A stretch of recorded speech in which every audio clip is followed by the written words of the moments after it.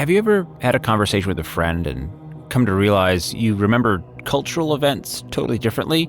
Like maybe completely banal ways, like the whole Berenstain Bears thing? Did you know that Dark Tome might have had something to do with that? We'll find out how just after this. There's a special kind of thrill that comes with finally getting something that's been in your shopping cart or on your wish list for a while. And that feeling is even better if you know you got the best deal for it. That's why the savviest shoppers shop with Rakuten. They get the brands they love with the most savings and cash back. And you can get it too. The idea is simple. Stores pay Rakuten for connecting them with shoppers, and Rakuten shares the money with you as cashback. Start getting cashback at your favorite stores like Sephora, UGG, Levi's, and many more. Plus, Rakuten lets you stack sales on top of cashback, so you're not missing out on any other deals or rewards you might already be a part of. It's easy to use, and you get your cashback through PayPal or check. Download the free Rakuten app and never miss a deal. Or go to Rakuten.com to start getting the most bang for your buck. That's Rakuten.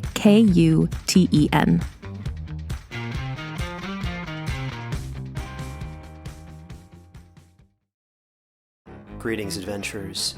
Today we're excited to introduce you to a new story, Dark Dice, a horror podcast that blurs the line between actual play and audio drama, where the story is determined by the roll of the dice. 6 adventurers embark on a journey into the ruinous domain of the Nameless God. They will never be the same again. One of the players is not what they seem after a doppelganger, a creature that can assume the form and voice of whatever it kills, infiltrates the team. As the players are picked off and replaced one at a time, can they figure out who the monster is before it's too late? Can you? Here's a quick example of what our show sounds like. The shambler with the jar of liquid inside of him. Soren Arkwright let loose an arrow that cracked the glass, passing through the spine of the creature. The shambler still managed to maintain its forward momentum, but stumbled as it eagerly tried to bite and swipe at Soren, landing near his feet. As Jeff Goldblum has now joined our cast, Dark Dice is available however you listen to podcasts. Hi, this is Fred Greenhalgh, your host of Undertow, Realm's podcast taking you under the surface and into the weird and the wicked. I'm also the co-creator of the series we're experiencing, the Dark Tome. Today, we'll be revealing some of the mysteries surrounding the Dark Tome, at least as they're told by the Dark Tome's current keeper, Mr. Gussy. Where did the book come from? How did he get it, actually? And what role did the book play in the self-destruction of Mr. Gussy's college friend, Billy? And more importantly, how will these revelations reshape Cassie Pinkham's life? Today, we're going sideways, and we'll learn how Gussy got the book.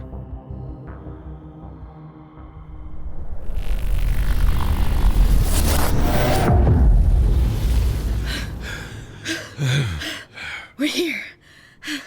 Back in the bookshop. Safe. Hello? Who's that? Mr. Gussy? Oh, crap! That's my guidance counselor. Shh. I'll take care of it. How? I got it, okay? Hi there. Can I help you? Ah, Mr. Gussy. So you had a fire in here? Yeah, some moron came in here with a cigarette. I was out back. Next thing I hear was the guy yelling he'd set a stack of John Grisham paperbacks on fire. Lucky I keep a fire extinguisher handy. Obey all the fire codes. Yeah, too bad he didn't burn up all your unread copies of Trump's Art of the Deal. Yeah. Something I can help you with, George? You still looking for unseen worlds? Finding unsuspecting people and sending them off with your tome, Mr. Gussy? Are you, looking for a particular title? This is a bookshop, you know, for paying customers. Yeah, I'm very interested in a particular book. One which is rightfully my father's. A book which should have been burned. My dad didn't have the guts to do it, so I'd like to. I don't follow you. The first time I traveled alone. I was guided to hell by a man who murdered his cousin and came back with a bird that sang when people told it lies. You know what this is? It's a personal essay from Cassie Pinkham about what she learned in community service at the hospital bedside of Mr. Gussy. Girl has a colorful imagination. Reads a lot of books. Well, the girl has not appeared at school for over a week. Excuse me? She was last seen at the senior prom 10 days ago. She left with Kim Norwich, also a senior. Cassie came home in the middle of the night, and apparently there was a domestic altercation. Is that right? There were raised words between her and her mother's boyfriend, and windows were broken in their apartment. Cassie stormed out. She hasn't been seen since. You're coming to me looking for a missing girl? Who do I look like, Sam Spade? I thought maybe you would have seen her. She was spending a lot of time here before she went missing. Can't help you. Isn't this something the police should be looking into? The police have been looking, believe me. They've been digging through Cassie's social media accounts, and they've been questioning her friend Kim. But you know as well as I do, Mr. Gussy, that they're not going to find her, are they? Not out there. I thought you might appreciate me coming to you first, before the police got involved. They might not appreciate literature as much as I do. I'm afraid I can't help you, George. Last I saw Cassie, it was the night of the prom, same as you. Sent her off and wished her well. Haven't seen her since. So that's how it's going to be, hmm? It is. I thought that might be your answer. Okay. Well, when it all goes down, Mr. Gussy, you'll only have yourself to blame. Sorry I couldn't help you, George. I'll keep an eye out for the girl. She's a smart kid. I'm sure she knows better than to get herself into trouble. Yes, she's smart. That's exactly what I'm worried about.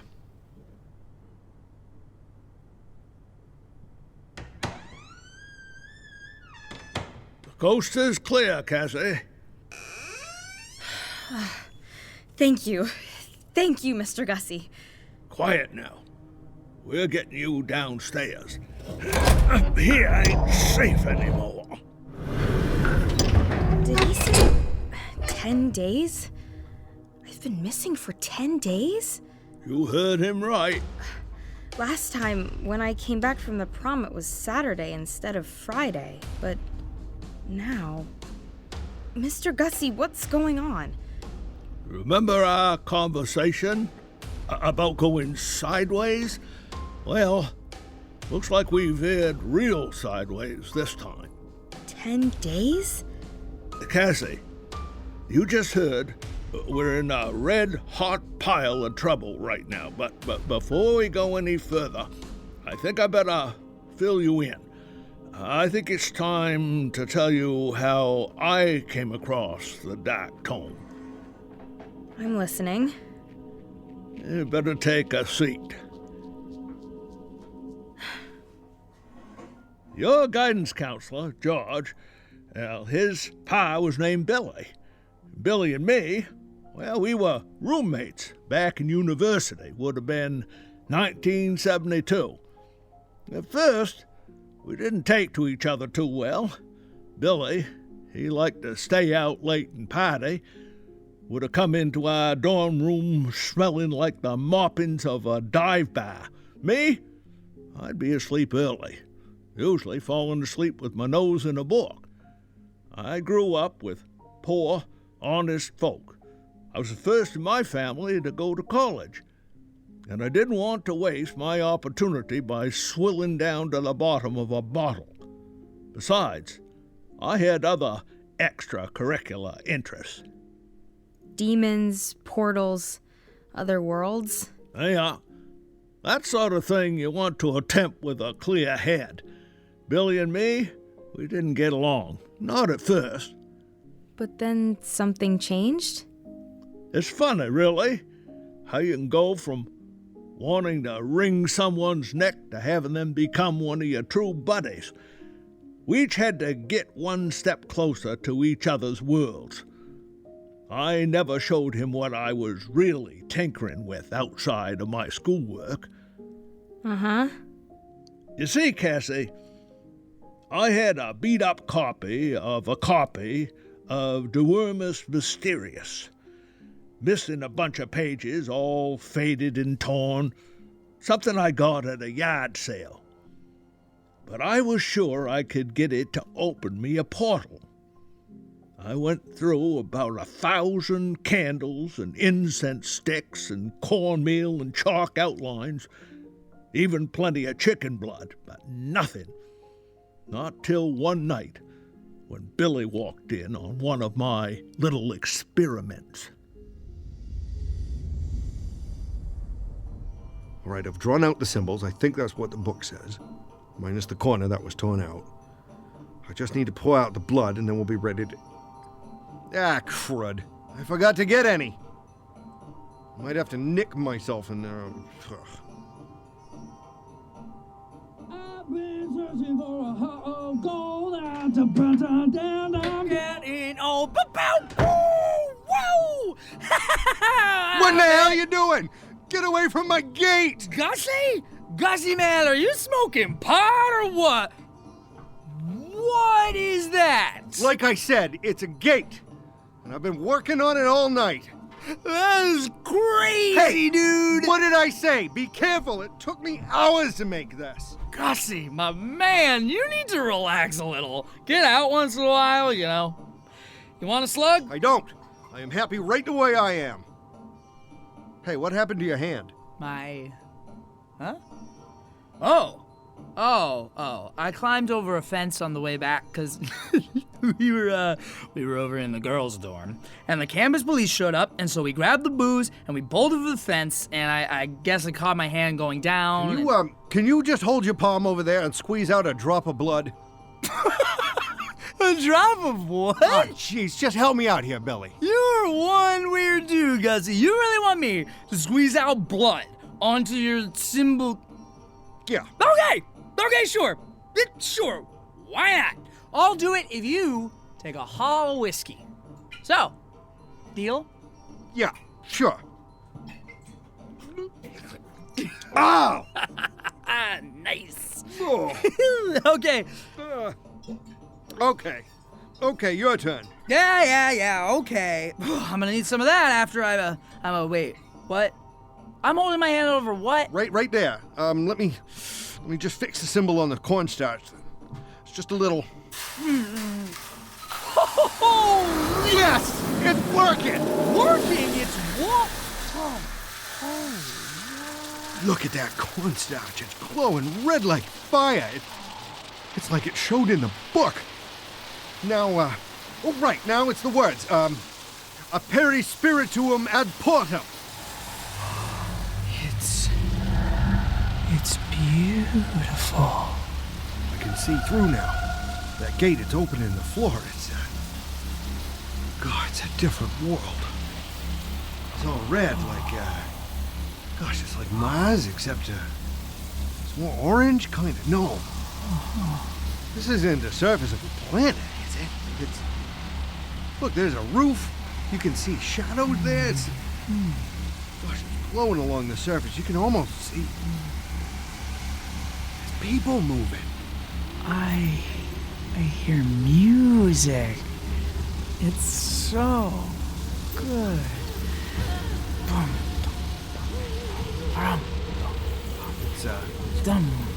It's getting hot.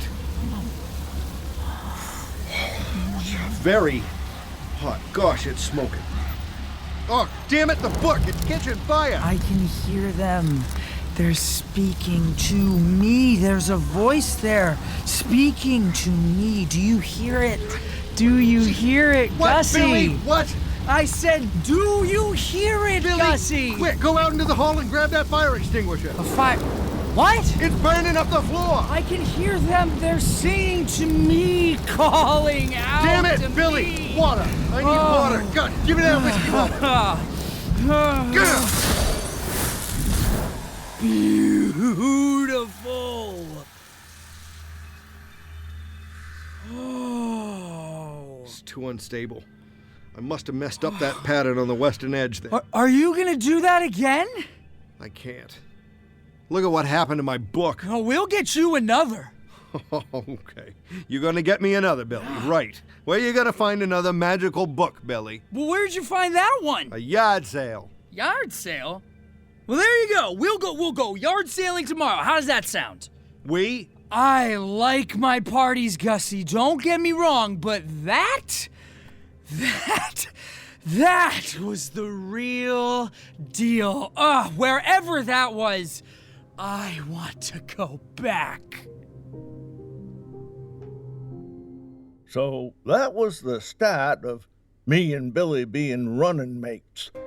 We hit up every yard sale in Maine, New Hampshire, and most of Massachusetts, and even into Rhode Island.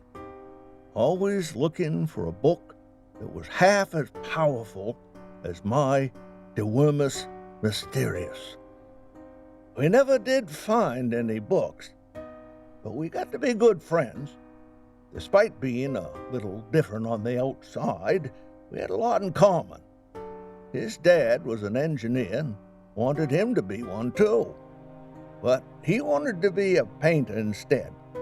I told him about growing up in a family of union mill workers, how I never fit into that either. And yeah, I ended up drinking with him. Next time, after that first gulp of whiskey, it was a glass of wine at the end of an epic but unsuccessful road trip to Providence. Soon, we'd go through several bottles in a single night.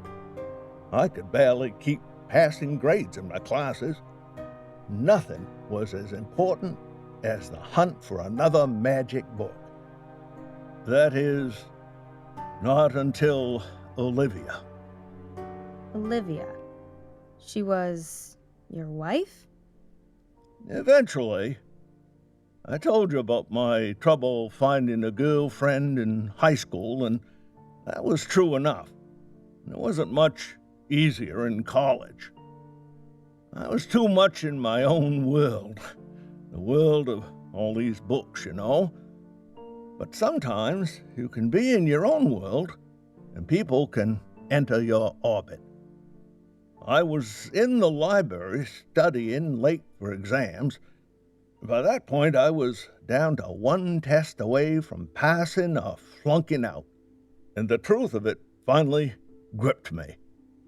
Flunking out of my freshman year of college was scarier than any demon Billy and I might have invited over from the other plane of existence.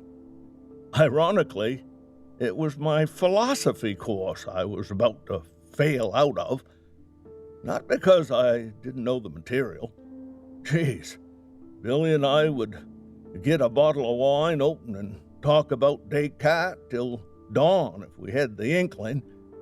But because when it came time to try and put those thoughts onto paper, all I could manage were incoherent scribbles. Instead of writing up my thoughts on the freedom of man and the coherence of reason, I'd doodle up pictures of gates, Latin inscriptions I might imagine surrounding them.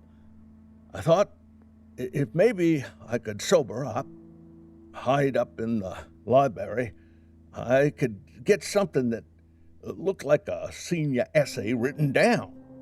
But then she sat down across from me. Excuse me, could I borrow a pen? A pen? Oh, right, yeah. Here you go. Thanks. You having a hard time with this cave thing, too? The what? The cave? You're in Professor Witcher's class, right? Intro to Philosophy? Ah, yeah, that's right. The cave, I mean, of course. So, what do you make of Plato's cave? I mean, don't you think the people would figure out they're chained up after a while? Wouldn't they figure out they weren't being shown the real things, but instead were just observing the shadows of things cast by the puppet show on them? Wouldn't that happen? By itself. How could anyone just sit there and buy it? Who could really sit there forever and ever and just follow along with an illusion? Well, I don't know. I think there's maybe two kinds of humans. On the one hand, you got those who accept the situation they find themselves in. You know, they see what's in front of them and they're inclined to say, well, that's the way the world works. And then there's the other batch, the ones who think, well, I know that's what I'm seeing now, but I'm not sure I buy that. I'd like to go check it out for myself, test the limits. Now, them latter half, they're the explorers. They're the artists. Uh-huh. And which one are you? Well, I thought I was one of the latter, but now I'm not so sure. It makes you wonder exactly how you'd know whether you were on your way to getting out of the cave or not. Well, how's that? Okay, so the second part, those people who recognize that the shadows on the wall of the cave are just facsimiles of the real thing and decide to go out and look for the real things, to go to the light and all that. Well, what's to say that you're actually making progress to the light? What if you're just moving deeper in the darkness and you don't have anyone to tell you different? Like you and me, we think we're getting an education. This school around us, that's what it's designed to be, an institution of light, right? But what if this school is all part of the shadow puppets too? And we're just fooling ourselves, being led by a bunch of people who just want to show us the very best shadows on the wall of a cave that they've finished exploring. It's all very useful and functional, but it's still not real. It's still not the truth. Well, you're forgetting another part of Plato's analogy, the part about intention. I thought you said you hadn't studied. Well, studied maybe not, but I got a good drunk on and talked about it with a friend a time or two. Well, there's one time we got to talking about the people making the shadow show, and we were just saying, well, what if those people are stuck in the cave themselves, and that's all they know? That could be. The blind leading the blind and all that. But what if they do know what else is out there, and they have made a decision to keep people in the dark, right? To shackle them up and keep them entertained so that they can go ahead and do, well, whatever it is they want to do. You think people who know the truth would choose to hide it? Well, look around us. Olivia. Olivia. Hi. Hi. Olivia. Well, folks just call me, they call me Gussy. Okay. Look, so we got something fishy smelling going on with the Watergate Hotel, right? And the president who just walked his way back onto the throne. Tell me that Nixon ain't one of them men who'd prefer people stayed locked up in the cave and not work their way back up to the light. I prefer my answer. Education is bullshit. You don't think Professor Witchers would go for that? Professor Witches. Everything you and your institution stands for is a load of crap. No, I think not.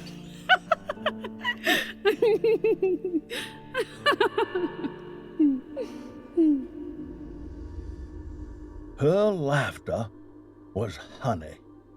Big, fat globs of golden sunshine at the end of a July day. She was smart as a whip. I got into talking books with her, and she could keep going as long as I could. Never met a woman like that who could keep right up with me. But unlike Billy, she didn't have that dangerous edge. She believed that the world was an all right place. She wanted to believe in the better nature of human beings. She was as weird as me, in just the right way. As quickly as that, Billy and my adventures ground to a halt. We stopped the weekend road trips. We, or at least I, stopped the drinking. Sophomore, junior, and senior years whipped right by with no talk of magic doorways, gates to the demon plains. Olivia and I, we got married the summer after we graduated college. Billy was there with his fiancée, Brenda. We all toasted each other and promised we'd spend plenty of long weekends together at bed and breakfasts on Maine's rugged coast, or up in the White Mountains. Or maybe we'd take a road trip out to British Columbia. We were young. We could go anywhere. But we never did. What happened? Oh, the predictable things. Billy got a job at an engineering firm. I got a job at the mill.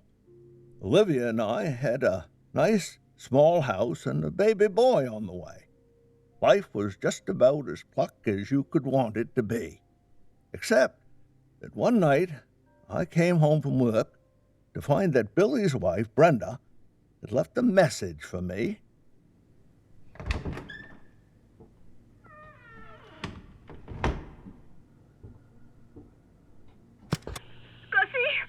Gussie, please pick up. Gussie, are you there? Please pick up. Gussie, it's Brenda. Gussie, I'm sorry to be calling you this late. It's just that Billy's missing. I never told you. I caught him. Well, he said there was this thing you used to do in college. Go yard sailing looking for strange books. I guess he's been doing it for as long as I've known him. Thought it was just an eccentricity, right? Every man's got his quirks, but things are different with this one. Gussie, he heard about a huge estate sale up in Derry, one for a guy named Ricci, a retired professor at Arkham University, who was killed in a car wreck, and Billy found something. A book. And now he's missing. Please, Gussie, help me. Gussie? Oh, is that you? Hey, you sweetie. It's me. Hi there. Was someone on the phone? Your foreman needs me to work another shift. Fella called out. Oh, work. Did you just get home? It's almost midnight. Oh, that third shift is a bugger, sweetie. But we need the overtime, don't we? It's for the baby. Yes. Okay. Don't wake me when you come in. And you're not getting off making breakfast. You bet. Sleep well, my love.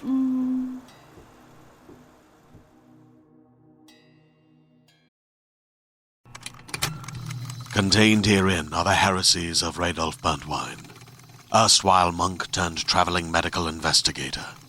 Join me as I uncover the blasphemous truth of a plague-ridden world, that ours is not a loving God, and we are not its favored children.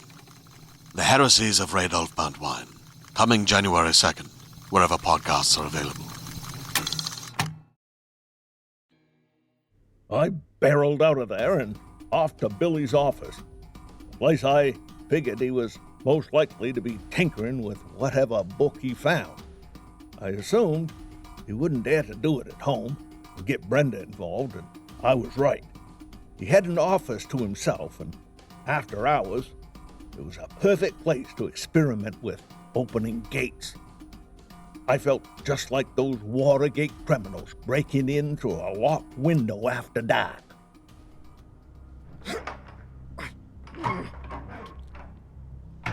Stupid thing, Christ.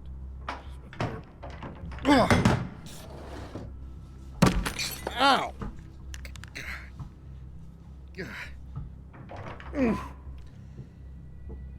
Billy? Billy? There was no sign of Billy, just a half-drunk six-pack of Schlitz and the book laying open there on a desk. I suppose you can guess what book it was. The Dark Tome. She was just as beautiful then as she is now. I could see she almost glowed. All the mystery we experienced in that dorm room all those years back flooded back to me. How we'd just glimpsed that cave. Felt that if we could reach a little further, we could have walked right through the gate and into what exactly? For all I know, we would have choked to death on foreign air, or been burnt to a cinder by the flames we saw flickering on the cave wall. But I still couldn't help but be thrilled at how far we'd gotten from the instructions in my flea-bitten old book. And this book was in much better condition. There was almost the smell of it in the air, crackling energy like the moments before a thunderstorm. Billy, did you go into the book? I walked up close to it and I saw the title, The Beast in the Cave by H.P. Lovecraft. I read the first paragraph I saw out loud. The horrible conclusion which had been gradually obtruding itself on my confused and reluctant mind was now an awful certainty. I was lost. Completely, hopelessly lost in the vast and labyrinthine recesses of the Mammoth Cave. Gussy! Huh? You want to find Billy? Come down and save him. You can save him, can't you? What is this? This book is inviting me into it. What are you? Liber Tenebris. The Dark Tome. The Dark Tome. Oh, no wonder you got yourself into a bind, Billy. Help me, Gussy! Billy! There's not much time, Gussy. He'll be lost if you leave him be. The book was different then from how it's been when we've been reading it. It was less stable. Different passages of different stories melded all together. Through me, you pass into the city of woe. Through me, you pass into eternal pain. Through me, among the people lost for aye. That's Dante, no. It's swirling, turning into Turn as I might, in no direction could my straining vision seize on any object capable of serving as a guidepost to set me on the outward path, that nevermore should I behold the blessed light of day or scan the pleasant hills and dales of the beautiful world outside. My reason could no longer entertain the slightest unbelief. Hope had departed. That's Lovecraft again. It's changing again. I gotta go. The doorway is opening just for Whoa! Gah! Hello? Hello? Jeez, I can't see anything. I was deep in a cave, not the glowing hot sands of a Mars-like planet, not under the many blue moons of Venus, or an ice world, but in deep, impenetrable darkness. Out in that darkness, I could hear things, voices, misery.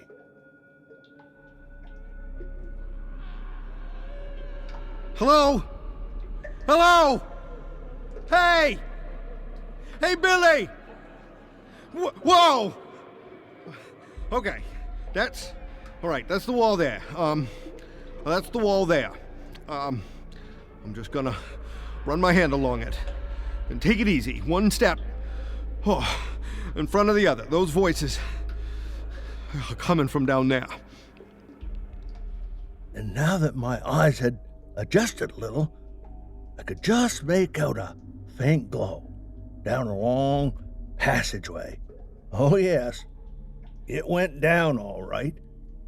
So steep a road I had to crouch and hobble down the rock passageway slathered with a kind of slime. I didn't want to think too hard about where it might have come from. As I got closer, I could see that the glow was warm, red, dancing. It was fire. I was getting downright hot. Easy. Easy now. Down off the rock and...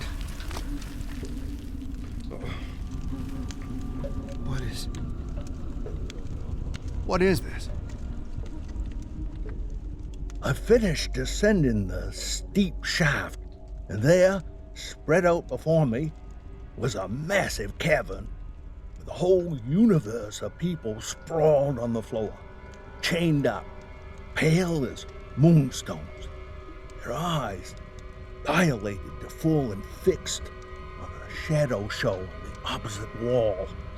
It was like going to a drive-in movie, except it was a drive-in movie from hell.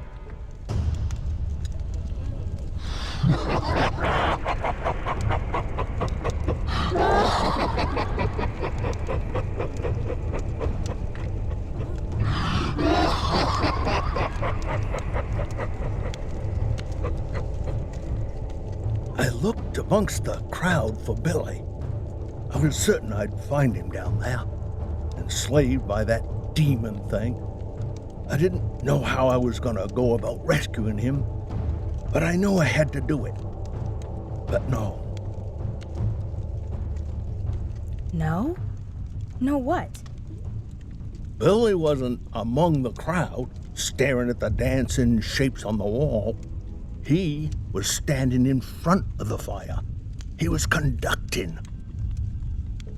Billy and I had been drunk plenty of times, and there was a look on his face, like when he was well past the point of no return, and the only hope was to take the car keys away and lock him in his dorm room, roll him onto his belly so he wouldn't choke on his own vomit.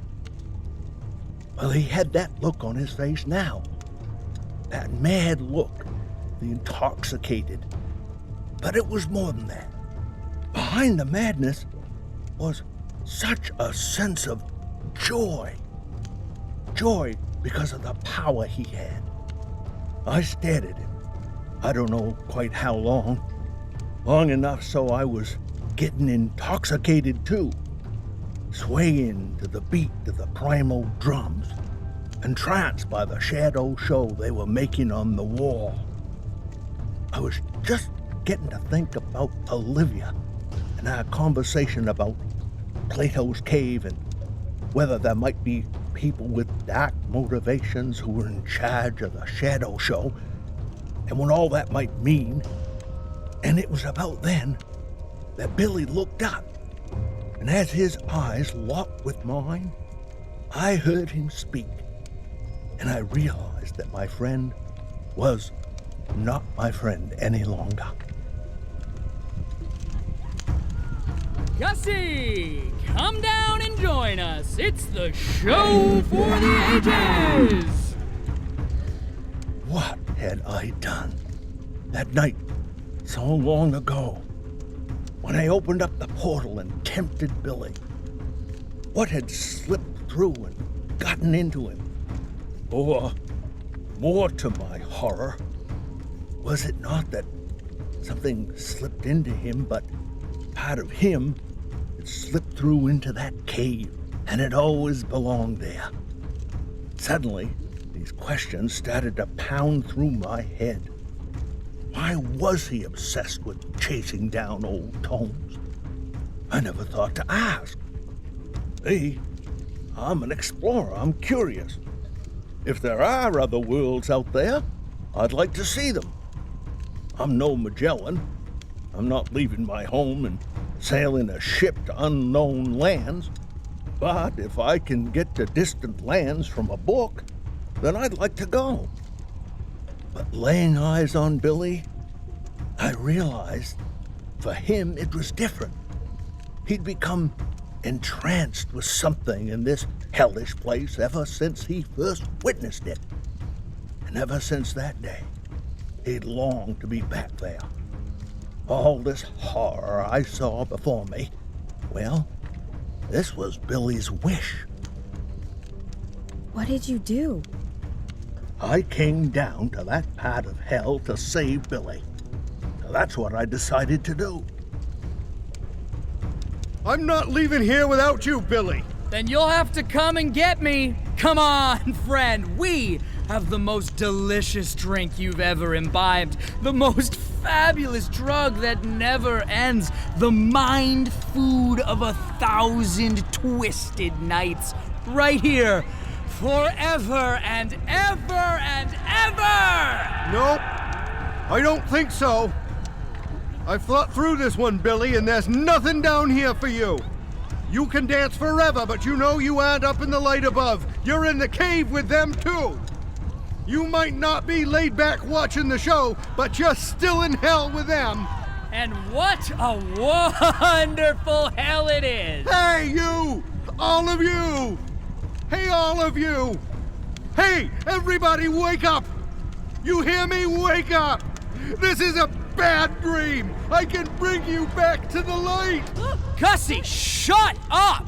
I'm telling you, you're just trapped down here. You're watching the puppetry of some joker who's sad because his life didn't work out the way he wanted. You want something of your own? Then come, follow me, I'll show you. I saw the puzzlement, the confusion in their eyes. I thought I had them, I really did.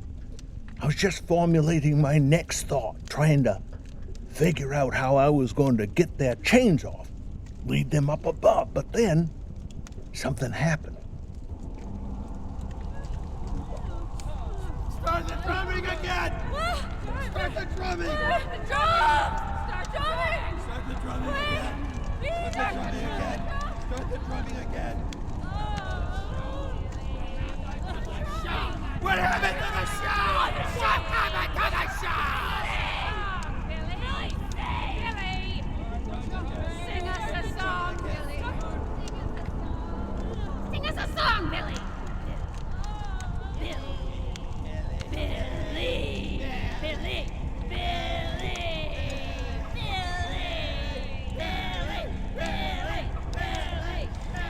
I'll sing you all the songs you want, friends, as soon as you bring me Gussy's heart!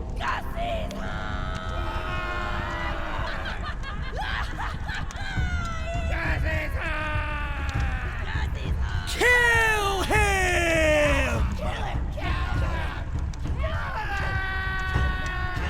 I will eat his heart, and with his power, the dance will continue forever!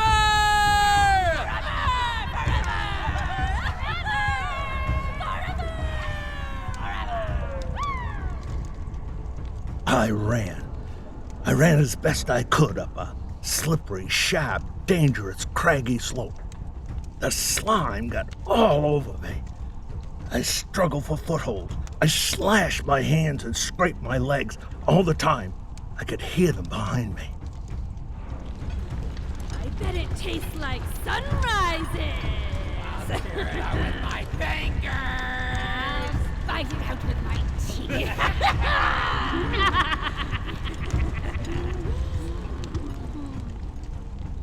They were gaining on me, I was sure. It seemed like there were 100, 1,000 of them scurrying up the cave behind me. And all the time, down there from somewhere in the cave, I could hear Billy urging them on. Take his heart! Bring it to me! We will dance forever!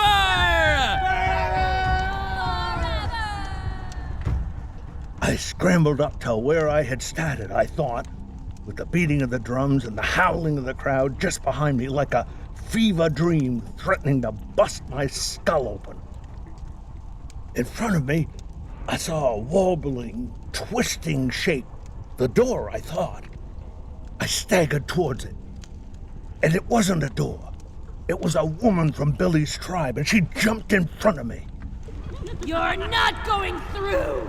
Not until I have your heart! Please, you have to understand. It's all an illusion. I could barely make out the woman's features in the pale, reflected glow from the deep cavern. Her eyes were sunk back in her head. The hair was thin, long, crazy. Her nails were so long, they looked like talons. And as I stared at them, they became talons. I was just thinking of what to do next when I was grabbed from behind. Quick! Cloud is hot! No!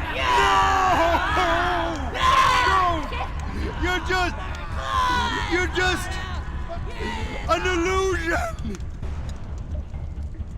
And as soon as I said it, as soon as I believed it, it stopped. It stopped? I found myself alone in the dark again.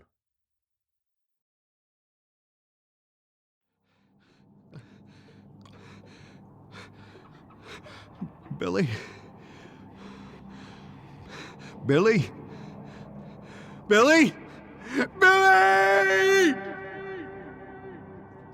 As scary as that had all been, the mesmerized crowd, the thing that got inside of Billy, it was even more scary being here, now in the darkness, with no idea how I'd ever get out.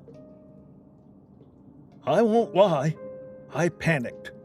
I started walking at random, staggering like a drunk in the dark, cracking into walls, zigzagging forward, hoping for something, anything. I thought of Olivia, of our unborn son. I'm sorry. Olivia, I'm so sorry. I thought I was just going to help a friend. I had no idea what I was getting myself into. I'm sorry. If someone could just forgive me, can get me out of here, I swear I'll never... What was that? There was a creature just ahead of me in the dark. What in God's name it could be, I didn't want to find out. I knelt down and fumbled in the dark, found a big, heavy stone, rounded it in my hand. It wasn't exactly a gem at sports, but now my life depended on it, and I wasn't gonna give in to this thing without a fight. Not if it was my only chance of getting home and seeing Olivia again. With my eyesight useless, I focused on listening as intensely as I could, as I heard it scraggle scratch forward on 4 legs.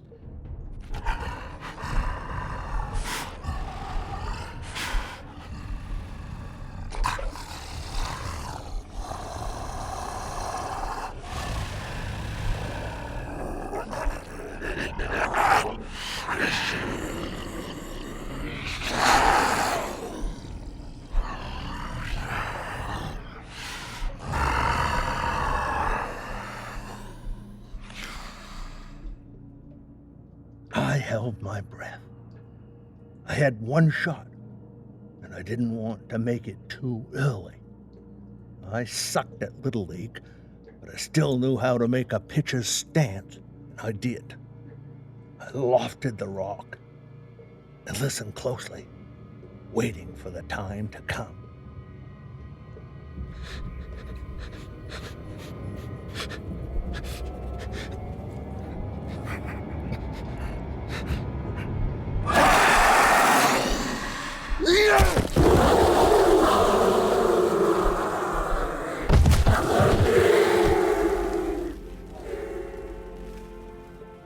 I hit it square on, heard the wet smack of its skull caving in, and then the slobber of its breath as it splayed out, the lifeblood draining out of it. My shirt was soaked through with sweat now, and the cave was suddenly chilly. And strangely, I realized I could see.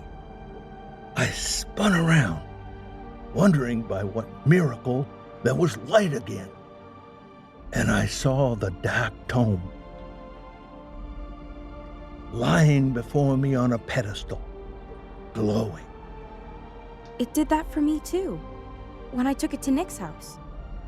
I rushed over and picked it up with such a rush of delight that for a moment I forgot all about the horrors I had witnessed. I could see there was just a single paragraph left in my story. I could finish it, but I wanted to see what it was. What it was? You mean the creature? Yes. I'd killed the thing, sight unseen, out of blind instinct, for survival. But before I left it, before I went back to my world, I needed to know what sort of creature had intended to kill me. So I turned around and walked back to it.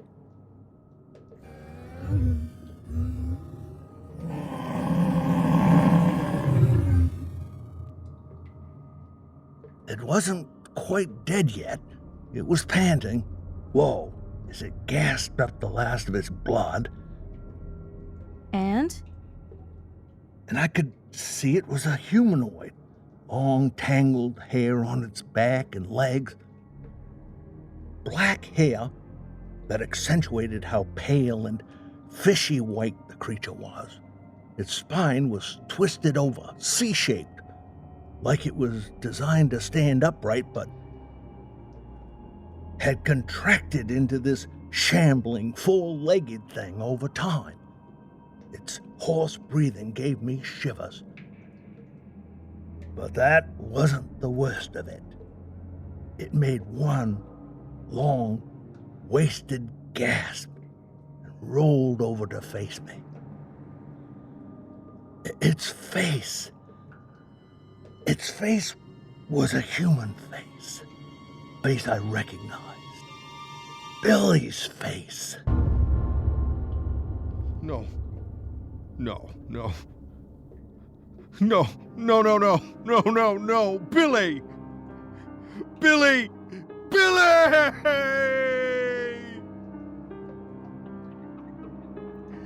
Get me out of here!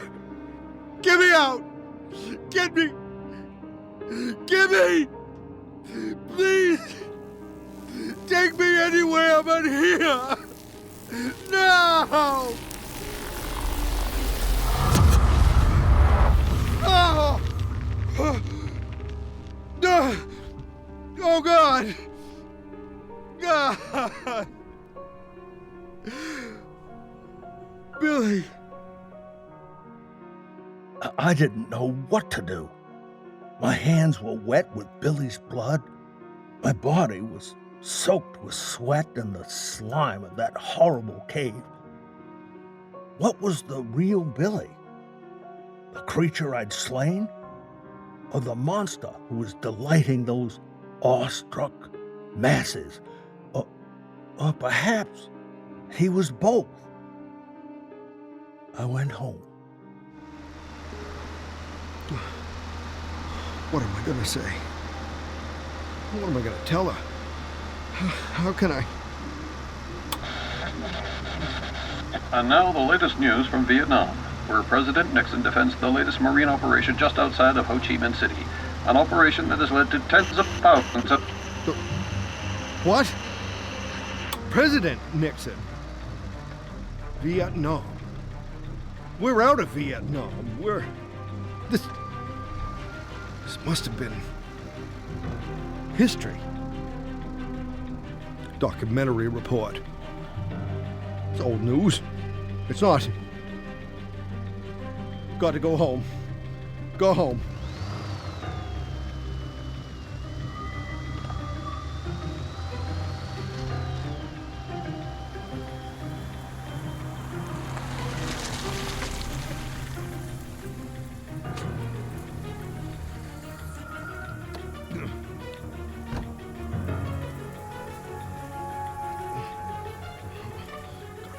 Look at the paper, that's it.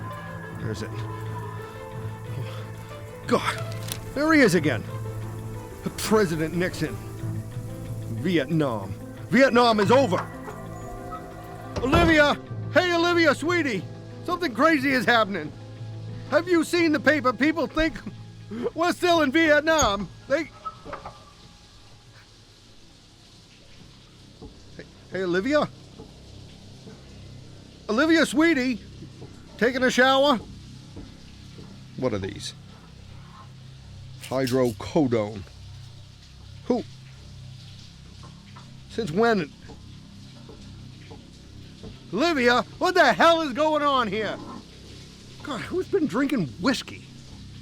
Olivia, sweetie, it looks like... What the hell is this? Something... This is ridiculous. Sweetie? Sweetie, I'm coming in, okay? Olivia?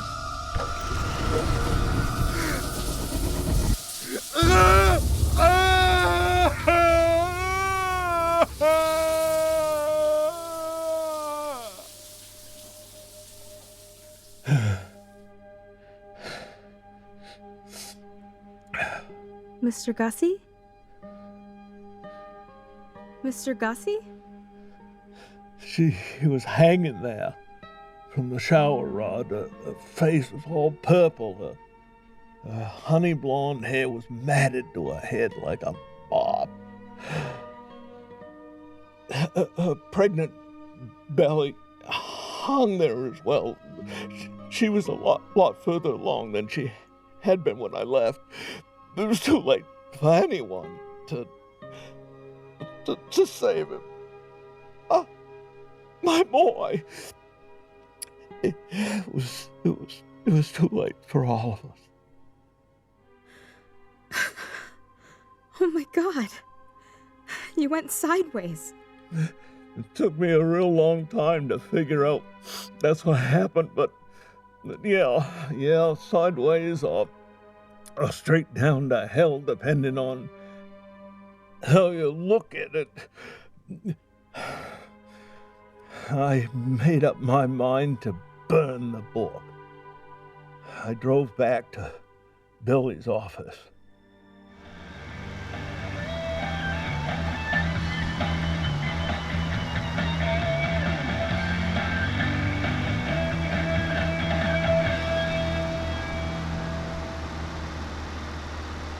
Later on in the program, we'll be hearing from Jimi Hendrix, whose upcoming album, Hell Won't End, is a reflection of the conflict in Vietnam, which drags into his 30th year.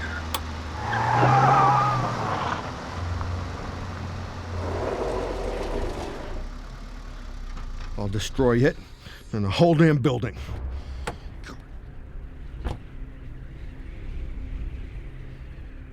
Just the gates, the caves, demons, stinking other planes, all of it should stay where it's supposed to stay. Over there, away from here. And now, I guess I'm gonna end it all. Destroy that book like I should have the first time. You hear that, Billy? I should have let you stay in hell where you wanted to be. I smoked back in those days. I grabbed a lighter, looked at the gasoline I'd poured all through Billy's office, ready to torch the whole place, though I didn't quite have the heart to douse the book. I stared at it. Lighter, book, lighter, book. Poised my thumb on the igniter, worked up my nerve. My plan was to stay in the building while it burned. But then... What? A ringing phone stopped me in my tracks.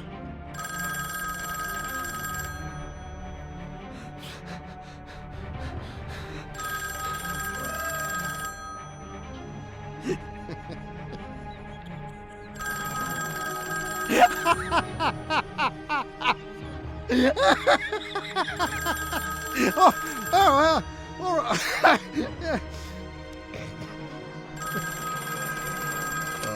Hello? Hey, bud. Billy? Thought I might find you over there. Nice job saving me. But you shouldn't have. You really shouldn't have. You were... I was a little lost, yeah, and you set my head straight. Remember that? How? As I recall, it was with a rock. Can still sort of remember the feeling of my skull caving in. Gives me a migraine now that I think about it. Shut that little bastard up! You have a kid? Things have been a little different, Gussie, ever since I showed back up. I suppose you noticed that too? How do we get back? I don't know, Gussie. You're the one who wanted to leave the shadow show. Billy, little George wants to see his daddy. I promise you I'm going to beat that little shit as soon as he's old enough to take the belt. Billy, you've got to help me. You've got to show me what you did, how to get things back to how they're supposed to be. Can't can't do that, old friend. What? When you die over there, you can't see gates anymore. You'll wake up somewhere where there isn't any magic and with a hangover that could kill. I have been stuck here, smelling dirty diapers, waiting for you to get back. Comforting Olivia in her pain. What? You've been missing for months, my man. She thought you ran out on her, so I taught her some ways to stop the pain. What's the problem? Did it get to be too much? I can guess why you're back there, why you're with the book. So I guess you have some choices now. Lucky man. I don't have choices. I'm stuck here. Good luck, you and that book and all. I stood there, staring at that lighter for a real long time. I was pretty sure I'd strike the lighter one minute, pretty sure I wouldn't the next. I didn't care to live or die, Cassie, I really didn't. But the thing that got into me, that kept me from making the spark, was the idea that maybe, if what we'd done with the book had landed me here, maybe there was a way to get back to where I came from. And that was the only thing that kept me going. I didn't care whether I lived or died. But if there was a way of getting back to a place where my wife and boy were alive, well, I was damn sure gonna try. So I put the lighter down, took the book home with me. I'm so sorry, Mr. Gussy. Now, you don't be sorry for me, girl. I don't deserve no one's sympathy, and I don't deserve forgiveness. I'm not proud of what I've done, Cassie. I've driven myself near madness, chasing after strange worlds in the Dark Tome. I've shifted to worlds where Billy was and where Billy wasn't. I've seen 3 moons rise and places where there's no candle on the human heart. I've met demons, succubi, ghosts, banshees, but I've never come close to finding my Olivia again. And now, my power is running weak. You talk about sorry? I'm the one who should be sorry, Cassie. Sorry I got you tangled up into this mess. Well, it's okay. 'Cause the book does good things too, right? Like, gives you powers? That it does. But you come to learn power can be dangerous. It ain't right for me to have done this to you, gotten you in this deep, without telling you what you was in for, what it could cost you. At least you know now how I got the book and what it cost me. And why you need one more story. Yeah.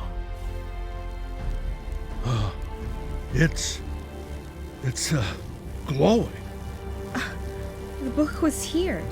It heard the story. You think? You think you being here and me telling... You think that's enough to open a... Gussie? Gussie, are you there? Olivia? Mr. Gussy? Olivia. Oh my God.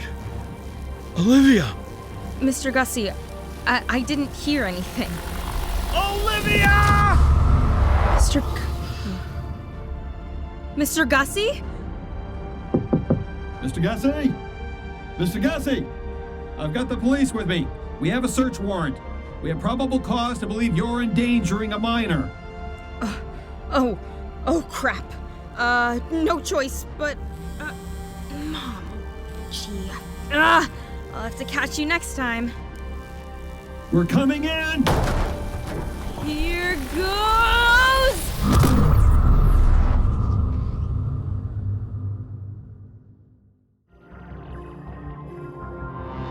Cassie has gone into the book again, and where will she land next? Well, we might just take a beat before we're willing to tell you that. Next time, we'll be exploring some other Dark Tome lore and the tale of Dark Tome keepers gone by, the floodgates of Willow Hill. If you're wondering how exactly did that book end up at a yard sale, well, we'll learn a little bit about that person, Joe Ricci, an upstart professor from Miskatonic University, who experiences something in the forest that may never be forgotten.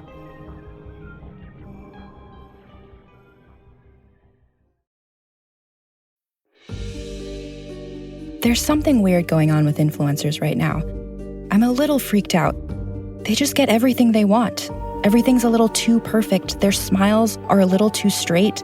They're using filters I can't find anywhere. I know what I'm about to say might sound a little unhinged, but I think it might be witchcraft. At least, that's what Jenna Clayton thought right before she went missing.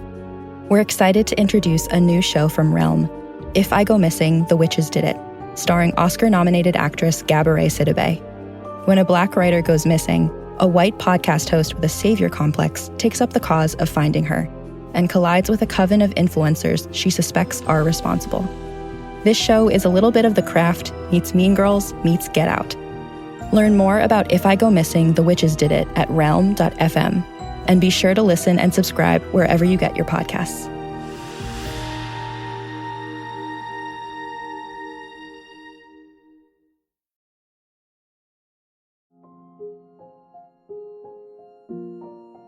How Gussy Got the Book is an original story for audio by Fred Greenhalgh, produced by Fred Greenhalgh and William DeFries, featuring Lily Thorne as Cassie, Tim Sample as Mr. Gussy, Jonathan Woodward as Young Gussy, and Ned Donovan as Billy and the Demon. Additional voices by Jenny Wren Walker, Marie Stuart Harmon, and William DeFries. Dialogue editing and sound design by Eric Mooney. Music editing and composition by Derek Roth. The Dark Tome's theme, Februar, by Peter Van Riet. Additional music by Mind's Eye Productions and Blue Dot Sessions. The Dark Tome was created by Fred Greenhalgh and William DeFries and is a Dagaz media production presented by Realm. Undertow is a production of Realm, hosted by Fred Greenhalgh, produced by Mary Azadolahi and Haley Wagreich, associate produced by Nicole Kreuter and Alexis Latshaw, executive produced by Fred Greenhalgh, Molly Barton, and Marcy Wiseman. Undertow's theme, Dark Rumbling, is by Hubert Campbell. Cover art by Kendall Thomas. Find more shows like Undertow by following Realm at Apple Podcasts, Spotify, or at realm.fm. Realm is your portal to another world. Listen away.